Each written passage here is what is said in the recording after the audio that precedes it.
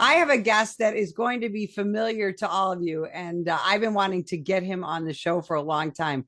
We've done some national media stuff together at the same time. He's a hometown guy here where I live, and we're incredibly proud of all the work that he does, not just for the Border Patrol, but really for this entire nation. Brandon Judd, welcome to the show.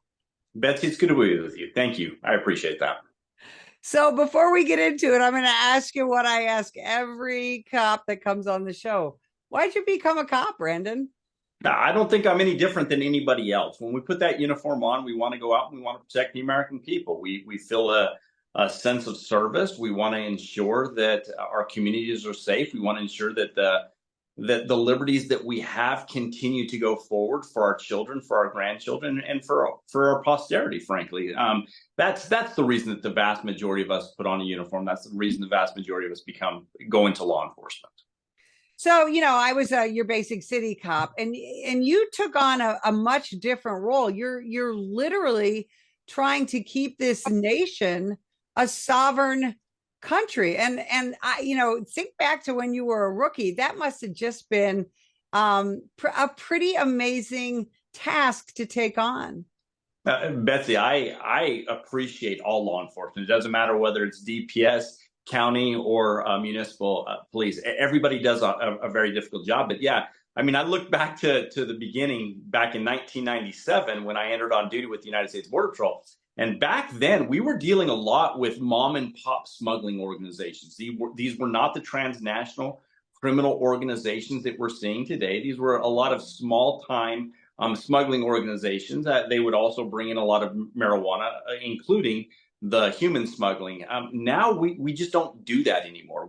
This is completely controlled by criminal cartels. These are, again, transnational criminal organizations that operate throughout the entire world, including right here in the United States. Most people think that all of these cartels are in Mexico, and that's just not true. They're around the world, including here in the United States. And that's one of the scary aspects of border security. When you look at what we do to try to protect the American people, and it doesn't matter whether it's in Tucson, Rio Grande Valley, San Diego, California, we're talking about Ames, Iowa, we're talking about Maine, we're talking about Florida, we're talking about throughout the entire United States, because that's where everything that enters our country illegally, that's where it's going. It's going throughout the United States. It's not staying right here in Tucson. So we do think that it's a very important job, and we're very disappointed right now because we just don't feel like we can do that job. We don't feel like we can protect the American people.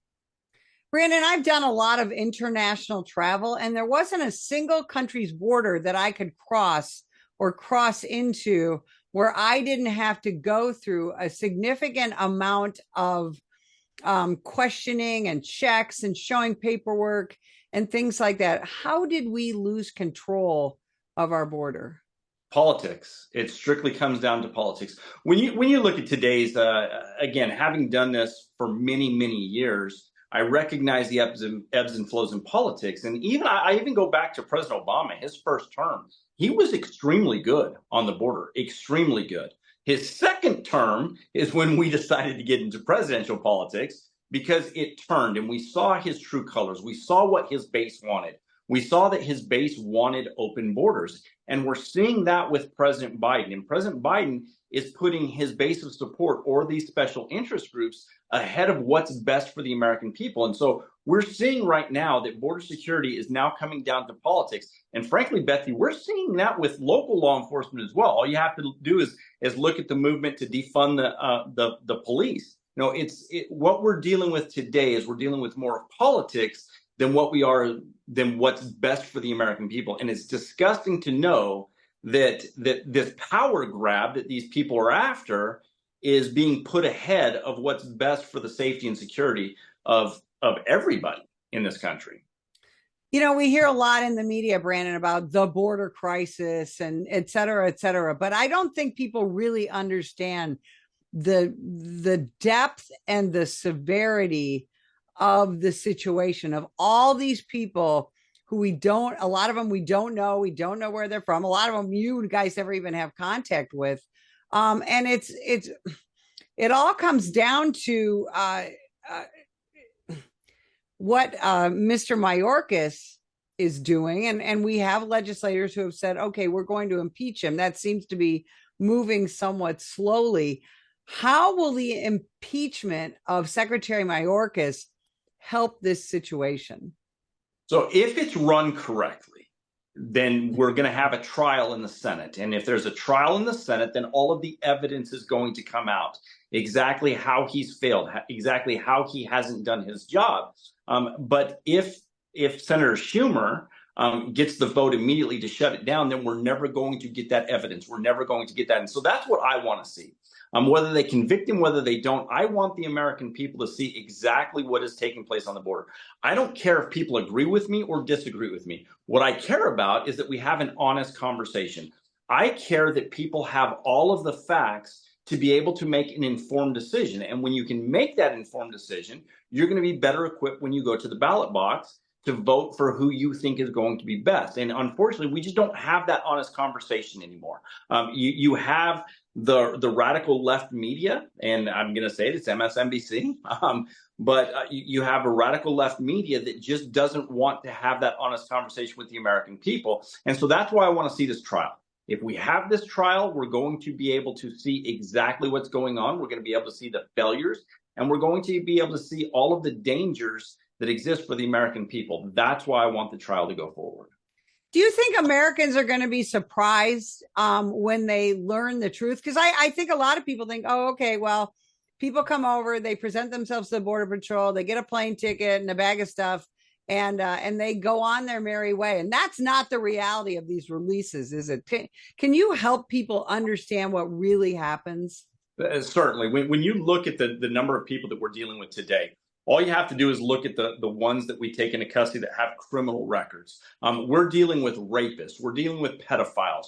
We're dealing with arsonists. We're dealing with including people that are wanted for murder. So we're dealing with people that have some very serious criminal records. And then on top of that, those are just the people that we know of, the people that we take into custody. But on top of that, we're having about 1,000 people per day that enter our country illegally, and they're able to evade apprehension. So we don't know who they are, where they're coming from, what their intentions are in the United States. We don't know what their criminal records are, and we can't properly protect the American people if that is taking place. But on top of that, all of this illegal immigration, it's facilitating the drug trafficking that we see. Because what the illegal immigration does is it ties our hands up. No, it's just like any police officer. If you have a hostage situation, let's just say downtown Tucson, Tucson Police Department is going to deploy a huge number of officers to that one scene. And when you deploy that huge number of officers, you leave the rest of the city wide open to other crime that takes place. And that's exactly what the cartels are doing on our border. What they do is they flood our resources in one specific area. It requires us to then send a number of agents to that one location, leaving the border open in other areas. And that's when they cross our higher value products, whether it's criminal aliens, whether it's aliens from special interest countries that we know want to do us harm, or the dangerous fentanyl that is killing thousands of American citizens every single day. That's why border security is so important. If we properly secure our border, we can save lives, and we can keep, the dangers, the Lake and Rileys. We can keep them alive if we properly protect our borders. Brandon, we hear all these stories of people who come into this country and, they're committing crimes. They're from, different gangs and things like that. Why aren't they deported? Simply because we don't have the will to do it. That's what it comes down to. We're not holding people there. There's a number of things that can be done. Look, President Biden ran on that he was going to get rid of Trump's immigration policies. He said that. We knew that. What we expected was that he was going to put into place other programs or policies that were going to allow us to secure the border. And because he hasn't done that, he's created this magnet that is drawing so many people across our borders illegally. If he were to surge immigration judges to the border right now, and we were to hold hearings immediately for those people that are claiming asylum, then people could be deported. The problem is we're not doing that. We're not implementing any programs. And so these people are being released with an asylum claim that's not going to be heard for years down the road, which then allows them to create the havoc and the crime that we're seeing here in the United States. People, and we hear that term asylum seeker all the time. And I don't think most Americans really understand that the criteria for seeking asylum is very, very limited, very, very tight, right? Can you explain that?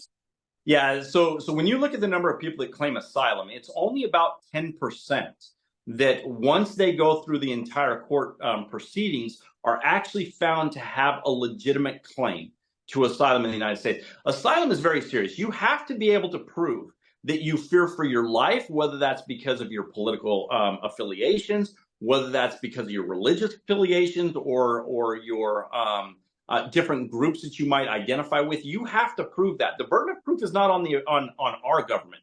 The burden of proof is on these individuals to show that their lives are in danger in their country. That is a very, very difficult thing to do. And in all honesty, their lives really are not in danger in those countries. All you have to do is look at the countries that they're coming from, look at the murder rates, and the murder rates are fairly low in those countries. In fact, some of our cities have a higher murder rate than a lot of these countries that these people are claiming that they have an asylum from. The truth is these are economic migrants. That's what they are. They're coming here because they want to have good work, which they don't have in their countries, and that does not qualify them for asylum. But the problem, Betsy, is once they're released into the United States, they then abscond. They disappear into what Obama termed the shadows of society. So we never get to actually hold them accountable for the claims that they're making. Well, and we're at a point now where really even local law enforcement can't really ask, right, someone's status when it comes to being an illegal here in the United States. Is that correct? That is correct. SB 1070 was a good example. A law that was passed here in Arizona that the Supreme Court shot down. What they said was it was the federal government is the only one that can enforce immigration laws. Now, what can happen, however, is when you look at the sanctuary cities, let's talk about that and exactly what that is. What a sanctuary city means when somebody like, let's use Los Angeles, for instance. If a police officer from Los Angeles takes somebody into custody for arson and that person is illegal, they are supposed to notify ICE that they have this person in custody. ICE will then issue a detainer, and theoretically, they're then supposed to notify ICE when they're going to be released from whatever their proceedings are. So if they're sentenced to, say, 6 months in a municipal jail, okay, that municipal jail is supposed to notify ICE when those people when their term has been served. Then ICE is supposed to take them into custody. They don't notify ICE. They're not cooperating with the federal government in order to remove these people. And frankly, Biden is not holding these sanctuary cities accountable for what they're doing. And that's the problem that we're seeing with illegal immigration. A lot of people they think that this is legal immigration. All that you and I are talking about is illegal immigration, and that's what's got to be stopped. Brandon, since October 7th, in addition to all the other border concerns we have an additional concern in the United States, in that even Christopher Wray has testified multiple times that we're going to have some sort of terrorism attack, black swan event, whatever you want to call it. How difficult is that for the Border Patrol, who now has to, in addition to all that you do, pay attention to potential jihadists coming into this country and wanting to do either lone wolf type attacks or massive attacks on the citizens of the United States? It's extremely difficult. What we understand, what the law enforcement community understands and recognizes, it's not an if something is going to happen, it's when it's going to happen. And that's what Christopher Wray has been saying. Now, I'm glad that he's come out and he's finally said something. I just wish he would have done it 3 months into this administration. I wish he would have sounded the alarm back then when we recognized that something was seriously wrong, rather than waiting a couple months before an election. And frankly, it looks like he's just trying to ingratiate himself to what the polls are saying, and that's President Trump is going to win. It's very upsetting to us that all of the people that have this information, that have that bully pulpit, that can go out and talk to the American people, they refuse to do it until they feel it's good for their career. But the fact remains, this is a very serious situation. When you look at what we're dealing with, I'll go back to 1997. 98% of the people that we were dealing with were from Mexico. Now, that percentage has dropped exponentially. We're now dealing with people from the Middle East, dealing with people from Eastern Europe. We're dealing with people from the African nations. We're dealing with people from countries that want to do us harm. We know that these countries do not like us. Look at what's happening with the Chinese nationals that we're taking into custody in San Diego right now. These are military-aged men, and we know that China is an enemy to our government. We know that China does not want our democracy to continue, and yet we're not doing anything about that because of the politics. So it's extremely upsetting to every single one of us every single time we take somebody into custody that is from one of these countries that we know want to do us harm, because this just wouldn't happen if it wasn't for the policies that are currently in place. Brandon, if we do see a change in the administration, are we prepared for mass deportations, or will all these people just remain here? So the first thing that we have to do is we have to stop the flow that's already coming in, and that can be done tomorrow. President Biden could do that tomorrow if he wanted to, if he had the political will to do it. So you stop that flow from coming in, and once you stop that flow, then you can start to look inward. Now, because there are millions of people here, and we only have a couple thousand ICE ERO officers nationwide. No, we can't deport all of these people. But what we could do is we could make it to where they want to self-deport. If you cut off the funding stream, all of the social benefits that these people have, if you stop the jobs that these people are able to get, if you stop all of that, then these people are going to want to self-deport. And if we can do that, then yes, we can focus on, let's go after as many as we possibly can. We saw that under President Trump in the first couple months of his term. We saw a lot of people that were leaving this country voluntarily, that were here illegally, because they were afraid of what was coming. Unfortunately, Congress didn't work with him. And, we saw an explosion in illegal immigration in 2019, and that caused him, thank goodness, it caused him to take some very good measures that we'd never seen before. I was right there working with him when he was doing it, and these measures were extremely successful. So yes, we will be able to stop the flow immediately, and then we can put pressure on them to self-deport. Then we can free up ICE to go after the people that are here illegally. It can happen. Brandon, when I'm flying out of the Tucson International Airport, I'm seeing people in that special line that I don't get to go in because I got to show my ID. I see them with nicer phones than I have. I see them with brand new clothing. I see them buying $25 hamburgers when I'm walking by because I can't afford that. Who's paying for all that? The taxpayers. It's being done in a roundabout way, but our government funds these NGOs. These NGOs then give the money to these individuals. It's these NGOs, non-governmental organizations, that's what an NGO is. These non-governmental organizations who are being funded with taxpayer dollars, they're the ones that are purchasing these plane tickets. They're the ones that are purchasing the clothes, all of the benefits that they're getting. Again, it's all about benefits. If people know that they're going to be able to come to this country illegally, and they're going to be given tons and tons of benefits, sometimes benefits that even U.S. citizens don't have. All we have to do is look at what Maine gave housing to illegal aliens rather than housing to, say, veterans. If those benefits continue, people are going to continue to come. We have to cut those benefits off. We talk a lot about police officer mental health at the National Police Association. And can you explain to people how not being able to do the job you were hired to do wreaks havoc on the mental health of Border Patrol personnel?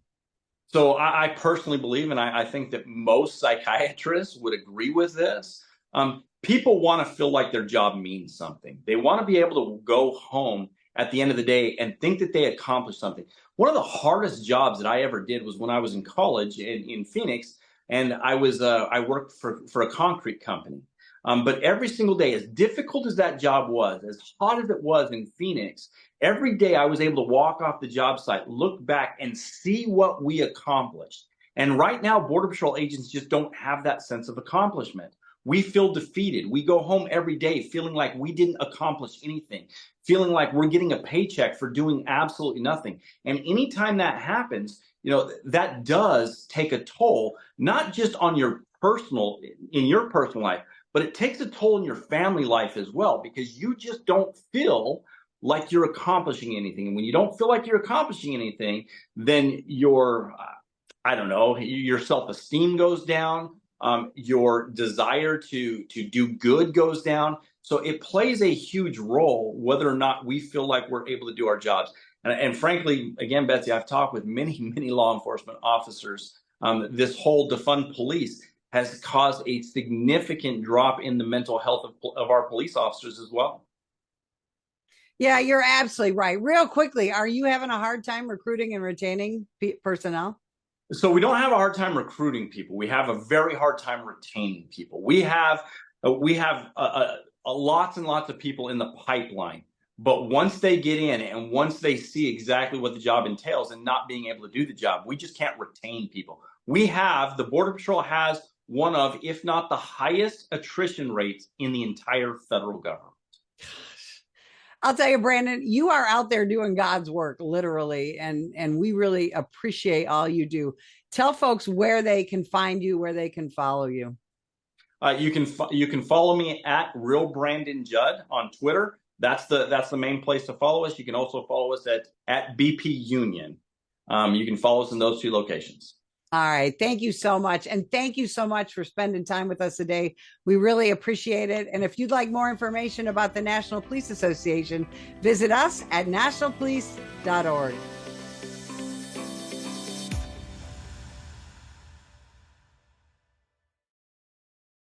Are you passionate about supporting law enforcement? The National Police Association is on a mission to strengthen our communities, protect our families, and ensure justice prevails. But they need your help. Every dollar you donate makes a difference. It funds the legal defense of police officers and police agencies, supports advocacy for pro-law enforcement legislation, and funds community outreach programs and education. Imagine safer streets, stronger bonds between officers and neighborhoods, and a brighter future for all. Join us. Visit our website at nationalpolice.org to donate today.